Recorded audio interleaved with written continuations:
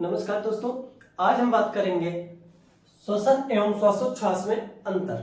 दोस्तों, breathing and respiration में difference आज करने वाले हैं, जो क्या बहुत ही इंपॉर्टेंट पॉइंट है जो हम बोर्ड एग्जाम में करने वाला हूं।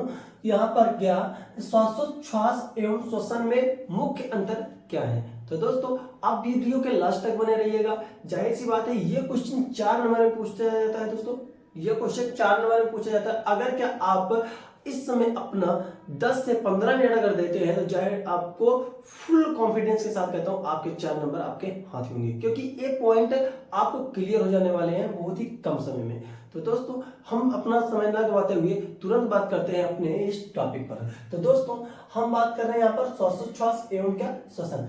तो हम आपको बताते हैं दोस्तों कि पिछली वीडियो में आप जाकर देख लीजिए, हमने वहां पर श्वसन की चर्चा की है। तो यहाँ पर मैं एक बार फिर से करने वाला हूँ। आप क्या लगातार सभी वीडियो को देखते रहिएगा और आपको बहुत सारे क्वेश्चन का आंसर मिल जाएगा। जो आप बोर्ड एग्जाम में बैठोगे तो आपको बहुत सारे क्वेश्चन का आंसर आते रहेंगे। ठीक है दोस्तों, तो हम बात करने वाले हैं यहाँ पर श्वासोच्छ्वास और श्वसन। तो सिंपल सी बात मैं पहले बात कर लूं श्वासोच्छ्वास।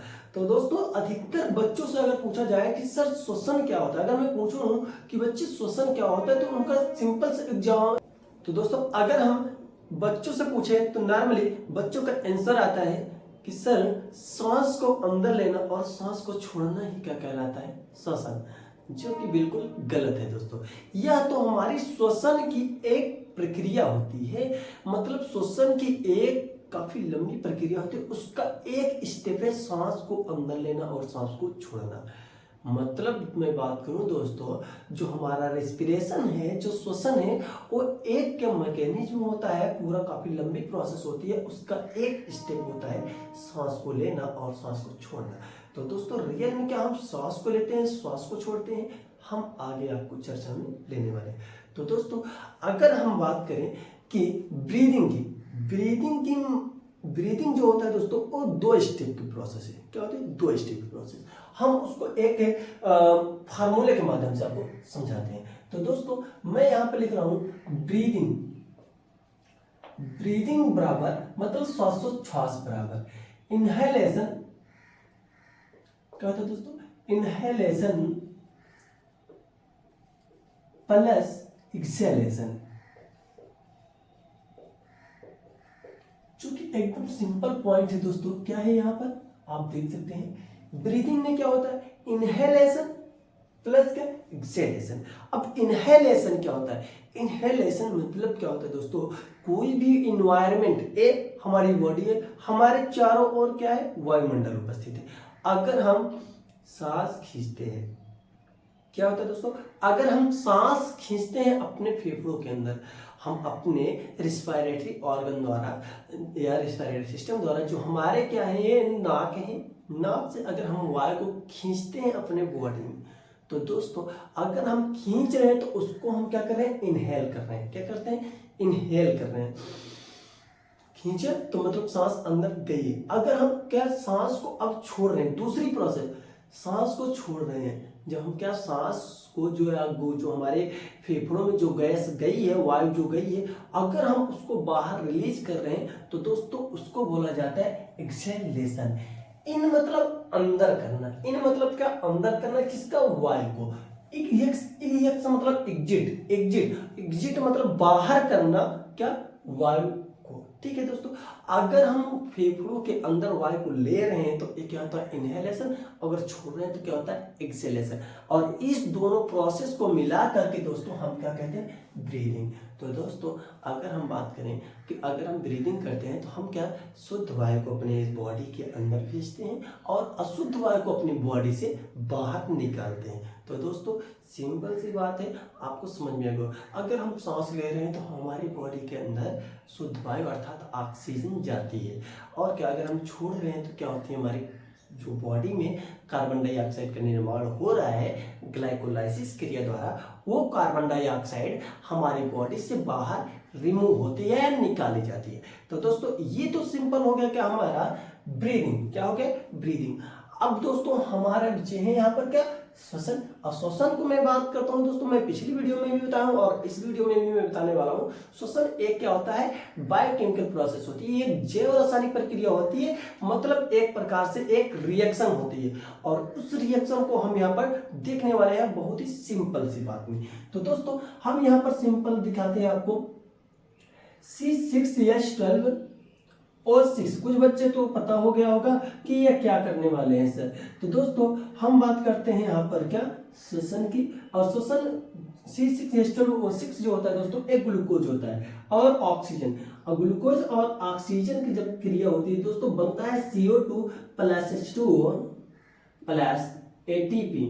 तो दोस्तों यहाँ पर क्या हो गया, ATP ऊर्जा का निर्माण। तो दोस्तों यह जो ग्लूकोज है ये भी केमिकल है। ऑक्सीजन मैंने अभी आपको बताया, आप क्या करते हो, इनहेलेशन करते हो, तो वायु के जो ऑक्सीजन होती है वो ब्लड के थ्रू आपकी कोशिकाओं में जाती है। तो दोस्तों जब ये ऑक्सीजन गई ब्लड में, कोशिकाओं में, तो एक क्या होता है, इस ग्लूकोज का ऑक्सीकरण होता है, क्योंकि वहां पर बहुत सारे एंजाइम होते हैं, ऑक्सीडेटिव एंजाइम होते हैं जो ग्लूकोज का ऑक्सीकरण करके CO2 H2O और क्या ATP का निर्माण करते हैं। और जरूरत हमारी सबसे इंपॉर्टेंट चीज है वो क्या होती है, ATP। क्या होती है दोस्तों, ATP। तो हम यहाँ पर बात करें इसके ऑक्सीकरण द्वारा क्या होता है, ग्लूकोज के ऑक्सीकरण द्वारा हुआ CO2 और H2O का निर्माण और क्या हो गया, ATP ऊर्जा का निर्माण। ठीक है दोस्तों, अब हम देखें तो यहाँ पर एक जटिल पदार्थ है और इसको सरल पदार्थ में तोड़ा गया है, तो हम इसको बोलेंगे एक अपचयी क्रिया। क्या है भाई, एक अपचयी क्रिया है। क्या है, अपचयी क्रिया, जो दोस्तों आपको क्वेश्चन में पूछा जाता है 1 नंबर में, बहुविकल्पी वाले क्वेश्चन में पूछा जाता है कि श्वसन एक प्रक्रिया है, कौन सी। तो दोस्तों श्वसन एक अपचयी क्रिया है, कैटाबॉलिक रिएक्शन है। ठीक है दोस्तों, क्योंकि यहाँ पर क्या जटिल पदार्थ से सरल पदार्थ का निर्माण होता है। अब लगे हाथ ये भी बताते, तो अगर सरल पदार्थों से जटिल पदार्थ का निर्माण होता है तो दोस्तों वो क्या होता है, उपचय क्रिया। अगर मैं बात करूं जैसे प्रकाश संश्लेषण पूछा जाए कि कैसी क्रिया है, तो प्रकाश संश्लेषण एक उपचयी क्रिया है। ठीक है दोस्तों, तो हम यहाँ पर आप बात करें, या पोषण जो क्रिया हो क्या होती है, चलिए ठीक है दोस्तों। अब यहाँ पर हम ये बता दिए एक अपचयी क्रिया, यहाँ पर ऊर्जा का निर्माण हो रहा है और इसमें बहुत सारे क्या शामिल हो रहे हैं, एंजाइम। क्या शामिल हो रहे हैं, एंजाइम। ठीक है दोस्तों, तो अब हम इनके अंतर को देखना शुरू कर देते हैं। ठीक है दोस्तों, तो यहां पर क्या लिखा है, सामान्यता, मतलब सामान्य, नॉर्मली अगर क्या सिंपली बात की जाए तो शुद्ध वायु, शुद्ध वायु मतलब ऑक्सीजन, ऑक्सीजन को ग्रहण करना। क्या, शुद्ध वायु को ग्रहण करना मतलब अंदर लेना, एवं अशुद्ध वायु मतलब जो CO2 है हमारी बॉडी के अंदर जो निर्माण हुआ। अब देखिए दोस्तों ये चीज आपकी शरीर की कोशिकाओं में CO2 का निर्माण हो रहा है। नहीं तो कुछ बच्चों के मन में ये क्वेश्चन होता कि सर हम तो ऑक्सीजन लेते हैं लेकिन हमारी बॉडी में कार्बन डाइऑक्साइड कहाँ से आ जाती है, हम कार्बन डाइऑक्साइड कैसे निकालते हैं, क्या कोई सिलेंडर थोड़ी ना है दोस्तों। वहां पर आपके अंदर एक बायोकेमिकल प्रोसेस चल रही है जिसको हम क्या बोलेंगे, कैटाबॉलिक रिएक्शन, और उसी को हम बोलते हैं क्या, रेस्पिरेशन। क्या होता है, रेस्पिरेशन। और रेस्पिरेशन में क्या होता है दोस्तों, CO2 का निर्माण होता है और CO2 को हम क्या करते हैं, बाहर निकालते हैं दोस्तों। ये पॉइंट है। ठीक है, तो दोस्तों यहाँ पर क्या होता है, अशुद्ध वायु का निष्कासन होता है और क्या, इसी प्रोसेस को हम क्या कहते हैं, ब्रीदिंग। मतलब आप देखा जाए तो एक क्या हुआ, शुद्ध वायु का ग्रहण और क्या हुआ, अशुद्ध वायु का निष्कासन। मतलब वायु का ग्रहण और निष्कासन ही क्या कहलाया, आपका ब्रीदिंग। यही चीज तो मैंने भी लिखा भैया, इनहेलेशन अंतर्ग्रहण और क्या, एक्सहेलेशन निष्कासन। वायु का अंतर्ग्रहण और निष्कासन ही क्या कहलाता है, ब्रीदिंग। सिंपल सी परिभाषा दोस्तों, अगर आपको लिखने के लिए भी आ जाए तो आप यहाँ पर लिख सकते हो कि वायु को ग्रहण करना तथा अशुद्ध वायु को निकालना ही क्या कहलाता है, श्वासोच्छ्वास या ब्रीदिंग। ठीक है दोस्तों, तो उसके बाद हम बात करते हैं श्वसन में। श्वसन में क्या होता है दोस्तों, भोज्य पदार्थ, भोज्य पदार्थ के ऑक्सीकरण द्वारा। अब दोस्तों भोज्य पदार्थ क्या होता है हमारा, अब हमारे भोज्य पदार्थ तो हम जो खाते हैं वो होता है दाल चावल रोटी, ये सारी चीज जो खाते हैं तो हमारे भोज्य पदार्थ। लेकिन मैं बता दूं दोस्तों ये भोज्य पदार्थ होते हैं लेकिन ये रॉ मटेरियल होते हैं, ये कच्चे पदार्थ होते हैं। लेकिन जब इनका पाचन होता है दोस्तों तो वहां से बनते हैं हमारे ग्लूकोज। क्या बनते हैं, ग्लूकोज, अर्थात वे पदार्थ जिससे हमको ऊर्जा डायरेक्ट मिलती है, जिससे हमको ऊर्जा मिलती है, उस पदार्थ को हम यहाँ पर भोज्य पदार्थ कह रहे हैं। तो दोस्तों यहाँ पर भोज्य पदार्थ का अर्थ है ग्लूकोज। क्या है, ग्लूकोज। ठीक है, तो सिंपल सी बात है दोस्तों कि यहाँ पर भोज्य पदार्थ का अर्थ है क्या, ग्लूकोज। तो ग्लूकोज के ऑक्सीकरण द्वारा CO2 H2O तथा ऊर्जा का निर्माण ही श्वसन कहलाता है। तो ये देखो, ग्लूकोज के ऑक्सीकरण हुआ, CO2 H2O और ATP का निर्माण हुआ। क्या हुआ, ग्लूकोज का ऑक्सीकरण हुआ और CO2 H2O तथा ऊर्जा का निर्माण हुआ। तो दोस्तों ये जो ATP है इसको ऊर्जा बोला जाता है, ऊर्जा का सिक्का बोला जाता है। क्या बोला जाता है, ऊर्जा का सिक्का।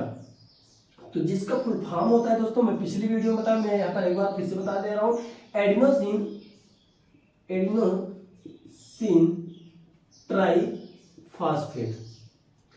ठीक है दोस्तों, तो ये चीज हो जाती है, तो इसको हम बोलते हैं एडिनोसिन ट्राइफॉस्फेट। तो दोस्तों मैं यहाँ पर बात कर रहा हूँ, तो यहाँ पर क्या हुआ, ऊर्जा का निर्माण हुआ। ठीक है दोस्तों। अच्छा, अनाक्षी श्वसन में अगर मैं बात, सॉरी दोस्तों, अगर मैं यहाँ पर श्वास की मैं बात करूँ, ब्रीदिंग की मैं बात करूँ, तो आपको मैं बताना चाहूंगा दोस्तों, ब्रीदिंग में हम क्या सांस ले रहे हैं, सांस छोड़ रहे हैं, और सांस लेने और छोड़ने में क्या वर्क करें, हमारे नॉस्ट्रिल के द्वारा सांस जा रही है। यहाँ पर क्या होते हैं हमारे फायरिंग्स, उसके बाद क्या होते हैं देखो यहाँ पर क्या नॉस्ट्रिल होता है, उसके बाद क्या नोजल सैक होता है, जहां पर हम क्या नासा गुहा कहते हैं। उसके बाद क्या होती है हमारी नासा ग्रसनी, फिर ग्रसनी, फिर क्या मुख ग्रसनी, फिर उसके बाद हमारे रहते हैं कंठ, फिर उसके बाद श्वासनाल, श्वासनाल के बाद हमारे रहते हैं फेफड़े। ठीक है दोस्तों, तो फेफड़े, और देखो मैं बात कर रहा हूं तो आपके कुछ अंग ही है जो क्या ब्रीदिंग में इन्वॉल्व है। ब्रीदिंग क्रिया में या श्वासोच्छ्वास क्रिया में कुछ अंग शामिल हैं दोस्तों। मैं उसमें बात करूं, आपके फेफड़े है, डायफ्राम है, श्वासनाली, ये। ठीक है दोस्तों, तो ये सभी अंग मिल करके क्या करते हैं, आपके श्वासोच्छ्वास क्रिया को करते हैं। लेकिन दोस्तों ये जो क्या श्वसन क्रिया है, ये आपके शरीर की प्रत्येक कोशिका में, कोई भी कोशिका हो, सभी कोशिका में ये क्रिया चलती है। ठीक है दोस्तों, तो हम यहाँ पर बात करते हैं अब आगे। तो यहाँ पर क्या होता है दोस्तों, सामान्यतः शुद्ध वायु को ग्रहण हो गया, ये चीज हो गया। अब देखते हैं दोस्तों, हाँ अगर मैं बात करूं दोस्तों, अगर क्या सांस ले रहे हो और छोड़ रहे हो, क्या हो रहा है, सांस ले रहे हो छोड़ रहे हो, अगर किसी चीज को लेना अगर देना देखा जाए तो एक यांत्रिक प्रोसेस होता है। क्या होता है दोस्तों, एक यांत्रिक क्रिया, एक भौतिक क्रिया होती है। अगर मैं ये पेन आपको दूं और ये पेन आप हमको दो, मैं आपको दूं आप हमको दो, तो यह एक तो प्रक्रिया है दोस्तों, यहाँ पर तो कोई केमिकल इन्वॉल्व नहीं है, तो यह एक प्रकार की भौतिक क्रिया होती है। तो दोस्तों सांस को ले रहे हो, सांस छोड़ रहे हो, अभी कुछ हो नहीं रहा है यहाँ पर, ना तो कोई ऑक्सीजन ना कुछ, बस सांस को अंदर ले गया और अंदर से बाहर गई। इस क्रिया को अंदर जाना बाहर आना, यह क्रिया क्या कहलाती है, ब्रीदिंग। और यह एक प्रकार की भौतिक क्रिया होती है या यांत्रिक क्रिया होती है। क्या दोस्तों, यह एक भौतिक क्रिया या यांत्रिक क्रिया होती है। It is a physical process, यह एक भौतिक क्रिया होती है। तो दोस्तों जो श्वासोच्छ्वास है वह एक भौतिक क्रिया या यांत्रिक प्रक्रिया होती है। लेकिन इसी को अगर मैं देखूं इसमें, तो यहाँ पर देख सकते हैं आप क्या केमिकल है और ये भी, और उसके बाद क्या इसका ऑक्सीकरण, तो यहाँ पर एक रिएक्शन चल रही है। क्या चल रही है, एक अभिक्रिया। लेकिन ये अभिक्रिया हमेशा जीवों के अंदर ही होती है दोस्तों, किसमें, जीवों के अंदर। तो हम देख सकते हैं इसको, यह एक जैव रासायनिक प्रक्रिया है। क्या होती है दोस्तों, जैव रासायनिक प्रक्रिया, जीवों के अंदर चलने वाली रासायनिक अभिक्रिया है। क्या दोस्तों, यह जीवों के अंदर चलने वाली एक रासायनिक अभिक्रिया है। तो ये वाला पॉइंट आपका क्लियर हो गया दोस्तों, तो दो पॉइंट क्लियर। अब हम बात करते हैं दोस्तों, इसमें ऊर्जा का निर्माण नहीं होता। तो दोस्तों सिंपल सी बात है, अगर क्या सांस ले रहे हो सांस छोड़ रहे हो, तो रियल में आपके ऑर्गन वर्क कर रहे हैं, तो यहाँ पर सिर्फ ऊर्जा का व्यय होता है। क्या होता है दोस्तों, ऊर्जा लगती है, क्योंकि आप सांस ले रहे हो सांस छोड़ रहे हो, तो आपके अंग तो कार्य कर ही रहे हैं ना। अगर आपके अंग कार्य कर रहे हैं तो उनको तो ऊर्जा चाहिए। तो दोस्तों वहां पर ऊर्जा की हानि हो रही है, लेकिन क्या वहां पर कोई ऊर्जा का निर्माण नहीं हो रहा है, क्योंकि वहां पर आपके फेफड़ों में या फेफड़ों में जब ये क्रिया कर रहे हैं, सांस को ले रहे हैं छोड़ रहे हैं, तो इसमें कोई भी ग्लूकोज का ऑक्सीकरण नहीं, यहाँ पर कोई ऊर्जा का निर्माण नहीं हुआ। तो ये क्रिया जब ऑक्सीजन आपकी बॉडी की सब कोशिकाओं में चलेगी, तो कोशिकाओं में हो रही है। कहाँ पर हो रही है, कोशिकाओं में, ना कि अंगों में। ठीक है दोस्तों, तो मैं बात करूंगा, यहाँ पर कोई ऊर्जा का निर्माण नहीं होता है, लेकिन यहाँ पर आप देखें तो वो दोस्तों यहाँ पर क्या ऊर्जा का निर्माण हुआ। क्या हुआ, ऊर्जा का निर्माण। और कितनी ऊर्जा का निर्माण, 38 ATP, कितना, 38 ATP ऊर्जा का निर्माण हो रहा है दोस्तों। तो यहाँ पर ATP के रूप में ऊर्जा का निर्माण होता है। ठीक है दोस्तों, अगले पॉइंट की ओर चलते हैं। यहाँ पर यह एक बाह्य कोशिकीय प्रक्रिया है। तो दोस्तों सिंपल सी बात है, अगर मैं बात की अगर क्या आपके अंदर श्वासोच्छ्वास हो रहा है, तो आप क्या नाक के द्वारा सांस ले रहे हो, और क्या आपके श्वासनाल द्वारा जा रहा है, फेफड़ों में जा रहा है और फेफड़ों से बाहर आ जा रहा है। तो इस प्रक्रिया को मैं देखूं दोस्तों, तो यहाँ पर तो कोई कोशिका इन्वॉल्व नहीं है, कोई कोशिकाओं के अंदर गया, कोई कोशिका के अंदर तो हमारी क्या गैस गई नहीं। यहाँ पर हम बात करते हैं दोस्तों, तो क्या हुआ, सिर्फ एक पाइप थी, एक नली थी, जिसके थ्रू आप मतलब कि आपकी वायु गई और उसी के थ्रू आपकी वायु वापस आ गई। तो दोस्तों यह कोशिका से बाहर चलने वाली क्रिया है। क्या है, कोशिका से बाहर चलने वाली क्रिया है, अर्थात कोशिकाओं के अंदर नहीं होती है, कोशिकाओं के बाहर होती है। तो इसको हम क्या कहेंगे, एक प्रकार की एक्स्ट्रा सेलुलर प्रोसेस है। क्या होती है दोस्तों, एक्स्ट्रा सेलुलर प्रोसेस या बाह्य कोशिकीय प्रोसेस।